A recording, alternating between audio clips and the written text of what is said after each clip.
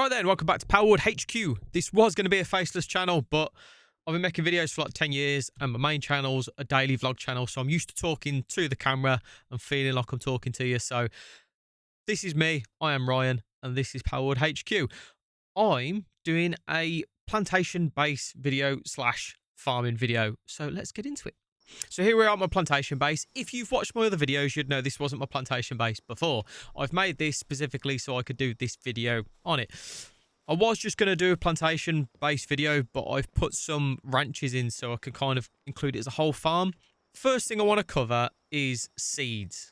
So we need berry seeds, wheat seeds, tomato, lettuce, potato, carrot, and onion. I know that berry seeds and wheat seeds we can get from the merchant at the small settlement, and then tomatoes and lettuce seeds we can get from the merchant at Fisherman's Point. Potato, carrot, and onion, I've only seen references for potato seeds with a caravan merchant, but I can't tell you where he is, unfortunately. And most of the videos I've watched, that I can't find any reference to exactly a merchant for potatoes, but there's plenty of pals, so I'm going to jump you onto another screen and we're going to look at what pals we can possibly get those seeds from. So working our way back, we've got onion seeds. So we've got Cinnamon, Masanda, and Velette. See, it says again this caravan leader merchant, but I can't find it. So that's onion seeds. I'll put these in the description as well. We've got carrot seeds. So we've got Dinsum, Dinsum Lux, Bristler, Wumpo Botan, and Prunella. Potato seeds. We've got Floppy, Robin Quill Terra, Broncherry Aqua, Ribbony, Botan. And then just to hit on the other ones as well, if you don't want to buy them from the merchant, we've got lettuce seeds from Cinnamoth, Bristler, Broncherry Aqua, Wumpo Botan. Tomato seeds, Dinsum Lux, Masanda, Broncherry, Velette, Wumpo Botan. Wheat seeds from Cinnamoth, Dinsum, Floppy, Bristler, Robin Quill Terra. Tomato seeds, Dinsum Lux, Masanda, Broncherry, Velette, Wumpo Botan. And good old berry seeds, Liftmonk and Gumos. I'm pretty sure you get them from the bushes as well.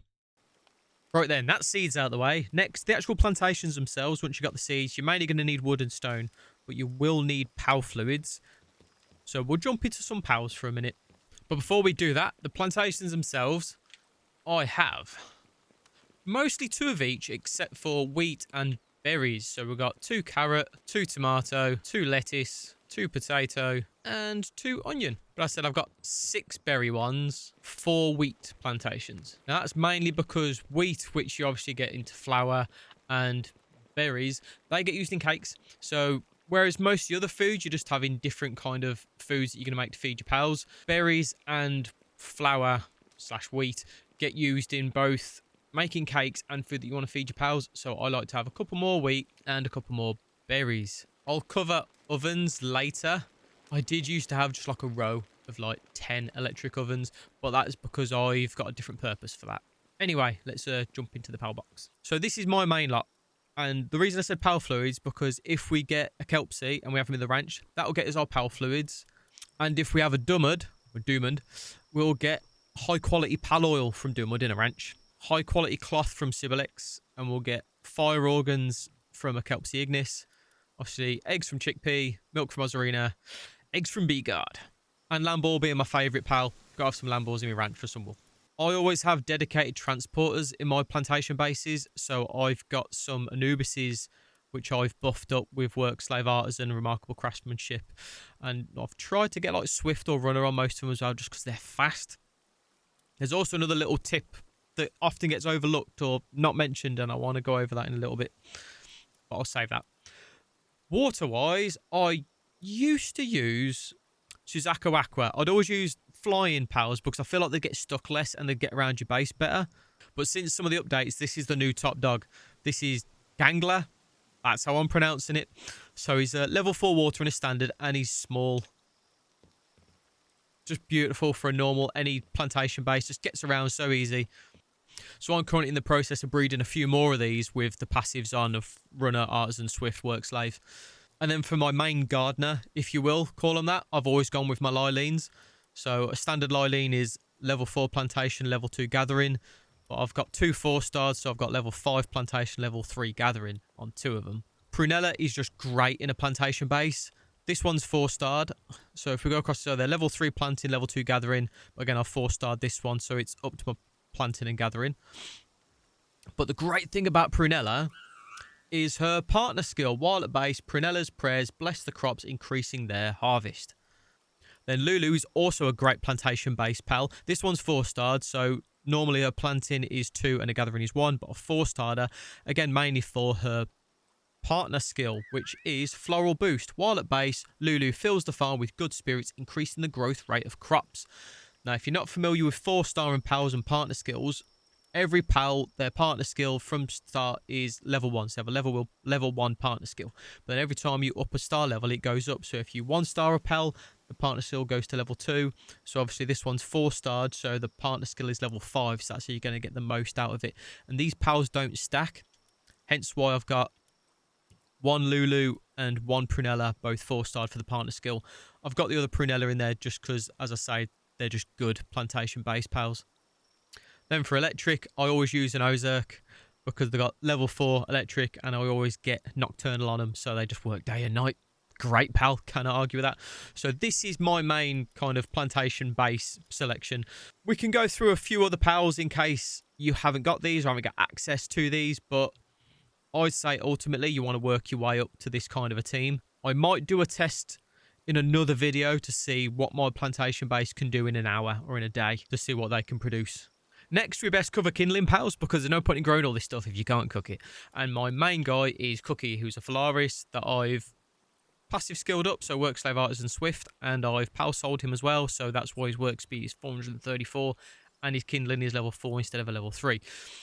Not so much a Phalaris, it's just because I like flying pals for kindling, because most kindling pals, when you get high level, they're quite bulky. I just like them being in the air and out the way. So Phalaris, Ragnarhawk, Suzaku, any one of these 3. Remember, if it's hard to get early on, if you work on your breeding bases first, which I've done some videos on breeding already, these kind of higher end pals that are really hard to catch in the game, that are like level 30 odd in the wild, you could just breed them. But if I was starting a new save, which I will be doing on this channel, I would start with going round the volcano island. So I'd go around here. This is exactly what I've done in other playthroughs I've done, and this one at the start, and just fly or like ride around the edge of the volcano island, and you will find a dragon egg, and it will be Yormantide Ignis. So standard level 4 kindling, and Yormantide Ignis is a great pal for breeding as well. He goes into a lot of breeding combos, so he's just a great pal to get, and it'll take a while going around the island, but I've never done a run around the island and not found a dragon egg eventually. So he's what I'd go for. If we're talking lower level, I preferred Incineram with my first playthrough until you get an egg. And if you've got raids turned on, Incineram normally turns up during your first raid, so you can catch him there. So even if you just have raids turned on until you have your first raid or 2 to catch Incineram. But yeah, for some reason, he is better than, say, a Foxbox, even though they're both level 1. I found Incineram to be way better. Obviously, if you can get your hands on an Arsox or breed an Arsox, he's level 2. Same with Pyrin. Pyrin Noct or any other dark pal is great because obviously they're nocturnal, so they'll cook for you during the night as well. Bushi, level 2, again in the wild, they're like level 30 odd, so but you can breed him. And Wixen. Reptyro's level 3, Blazehowl level 3, and Suzaku's a level 3 as well. Again, remember some of these higher end pals, just breed them to get them. Again, if you're new to the game, you might not be aware there's a few things you can put round your base to increase the efficiency of your plantation bases. Starting with water fountain, which we unlock at level 23. The flower bed that we unlock at level 24. So this one improves the gathering speed. And the silo at level 25. And this one improves the planting speed. So I've got the water fountain there. I've got my silo here. And you might notice already I've got a flower bed here and 2 at the front. Their effects don't stack, but you kind of use them for decoration as well as their effects. In terms of the base itself, as long as you've got room for your plantations, somewhere for your pals to sleep, somewhere for your pals to recover, and then a decent food, then your base should run quite smoothly. I'd say, most people say at a minimum baked berries, but I'd say as a minimum salads. You want to get to salads to have a nice, efficient working base. Naturally, those 3 things are applicable for any functioning, efficient base. Your pals need food, they need rest, they need sleep to function properly and not get sick and depressed and all that kind of stuff. The other main thing I wanted to touch on that I don't see mentioned a lot is, aside from breeding to get your good passive skills for your work pals, is this, the use of your pal souls. So obviously, for the ones I've got on me, I've done battle builds. So I've maxed health, attack, and defense. But you've got work speed too. So then if we go back and look at my Lylines, you'll see just in front of the picture, or just above it, it says, you've got the 4-star, but then it's got a picture of the soul and it says plus 20. So I've plus 20 the PAL soul work speed on every PAL pretty much in my base. Oh, I haven't done it to Lulu. Right then, so we've gone through seeds, all the seeds you need to get for all the plantations to make any food. With your wheat seeds, you will need a mill to make flour. That's what the mill is for. Again, if you're new to this, you get your wheat on the mill, that gets you your flour. We've gone through PALs, we've gone through passives, we've gone through PAL souls and how to use them to increase the work speed.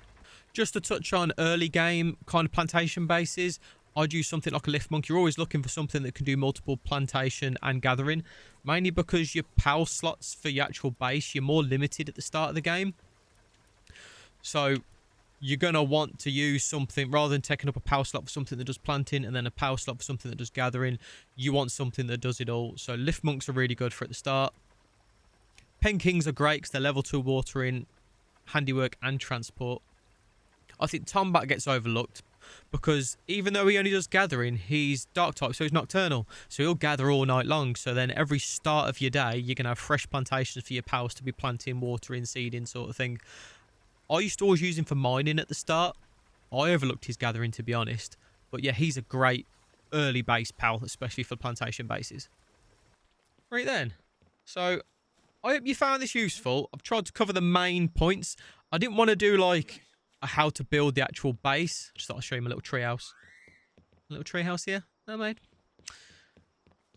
Because yeah, as long as you've got the main things, like you want to learn to be creative with your own game and how you're playing. So like, yeah, as long as you've got somewhere for your pals to sleep, somewhere for them to rest and relax, and you've just got room for your plantations. Just remembering you can use multi-level stuff. So if you wanted to put plantations on a higher level and whatnot, like those are your kind of general things for building.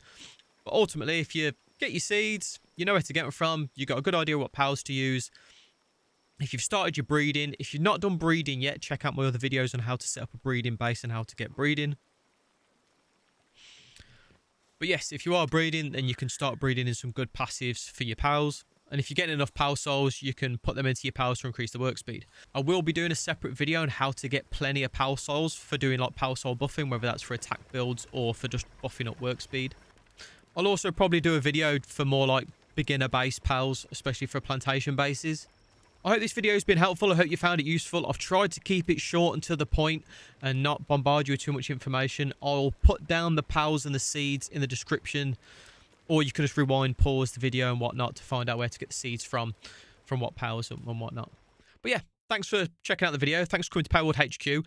I'm just trying to get as much knowledge as I've got about this game and just putting it out there to help people play the game, and especially to help people get a good running start when they're starting the game, because if they're new to it or if they're new to survival kind of gaming, it can be a bit overwhelming. But I've had plenty of practice. I've got 3 young sons, one as young as 7, and I've got them all running good, efficient bases, and they're having fun with the game. So I'm like, if I can teach my 3 kids, then I'm sure I can teach anyone else on the internet on how to have fun and how to just enjoy the game.